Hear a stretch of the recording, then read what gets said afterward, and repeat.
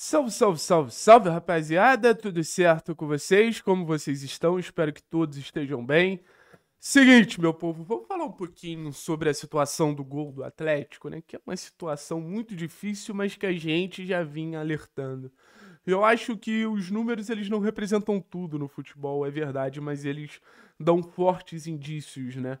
E a situação do Mikael ela já estava clara há algum tempo. Óbvio que defensivamente o Atlético não é um primor, mas a gente começava a ver os números da defesa do Atlético, da zaga do Atlético, números de desarmes, números de interceptações, números de rebatidas melhorarem. E a gente via o desempenho do Mikael continuar sendo um desempenho muito abaixo de qualquer crítica. A gente continuava vendo o desempenho do Mikael sendo um desempenho abaixo da expectativa que você tem sobre o Mikael, né?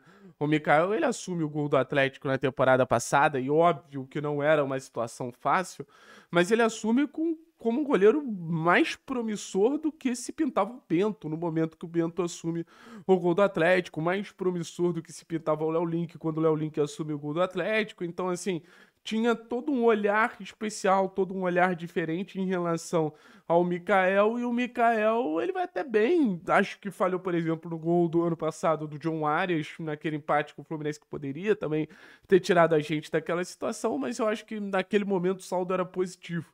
Começa a temporada sem muitas falhas no começo do ano, mas a Série B do Mikael ela é muito abaixo de qualquer crítica, ela é muito abaixo de qualquer média, assim. Se você for pegar os números, eu acho que eles representam muito bem algo que é nítido. A gente tá falando do 20º melhor goleiro em questão de médias de defesas por jogo, gente. Desculpa.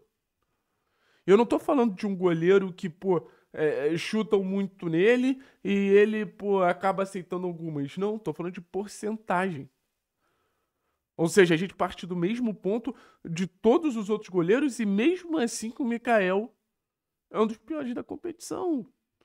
É um desempenho que, cara, se fosse qualquer outro jogador, acho que o tom de cobrança estaria sendo muito maior. Não tem como justificar a permanência do Mikael no time titular. E não que eu nunca mais queira ver o Mikael jogando bola pelo Atlético, não é isso. Muito pelo contrário, eu quero. Eu gostaria muito de ver o Mikael sendo uma peça importante para o time do Atlético. Eu começo a temporada contando com o Mikael. Mas o Mikael precisa ser um porto seguro. Como a gente está vendo, por exemplo, o Ayrton do Novo Horizontino C, o Tadeu C, o Morisco C. O Atlético não está no primeiro batalhão da Série B. Cara, é muito complicado responsabilizar um jogador, mas eu acho muito por causa do Mikael. O Atlético não está no primeiro batalhão da Série B por causa do seu goleiro. Mikael não ganha jogo. E mais do que isso, Mikael vem deixando pontos para trás. Então, quando a gente fala sobre uma possível entrada do Santos no gol do Atlético, não é que o Santos é um fenômeno, não é que o Santos é o mesmo de 2019 e a gente vai ver o Santos garantindo todos os jogos do mundo. Não é isso. Mas é principalmente pautado em duas situações, né? A primeira situação fica muito clara, experiência. Tudo que o Santos já viveu no Atlético. O Santos, eu acho que ele, em questão de mentalidade, de experiência, ele traria um pouquinho mais de segurança para um setor que hoje não passa segurança.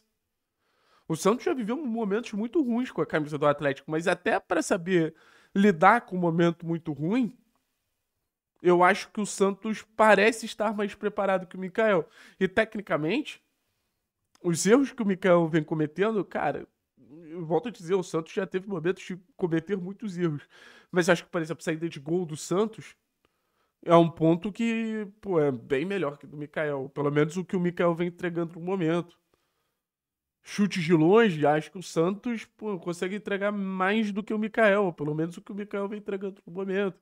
Então a gente começa a ver alguns detalhes técnicos, assim, do comportamento do Mikael, que o Santos, que, pô, a gente viu em 2021, já não vivendo seu grande momento, ele passava um pouquinho mais de segurança. E assim, é aquilo. Se o Santos entrar e falhar, não vai ser nada diferente do que a gente tá vivendo. A nota de corte hoje do gol do Atlético, ela é uma nota muito baixa. Infelizmente, o que o Mikael vem entregando é muito abaixo de qualquer crítica. Então, assim, o Santos ele tem até esse álibi, podemos dizer assim, de ser um jogador que vai entrar, vai mal. Puta, beleza, mas, cara, o outro não já tá mal? A situação não já tá complicada ali com o outro? Então, acaba sendo mais aceitável um desempenho abaixo da média. Mas se ele entrar e impactar, aí a gente vai ter mais uma força pra disputar por esse acesso. Porque eu volto a dizer, a gente precisa ter o benefício do 1x0, cara. Olha quanto jogo o Goiás ganha por 1x0. Olha quanto jogo o Coritiba ganha por 1x0.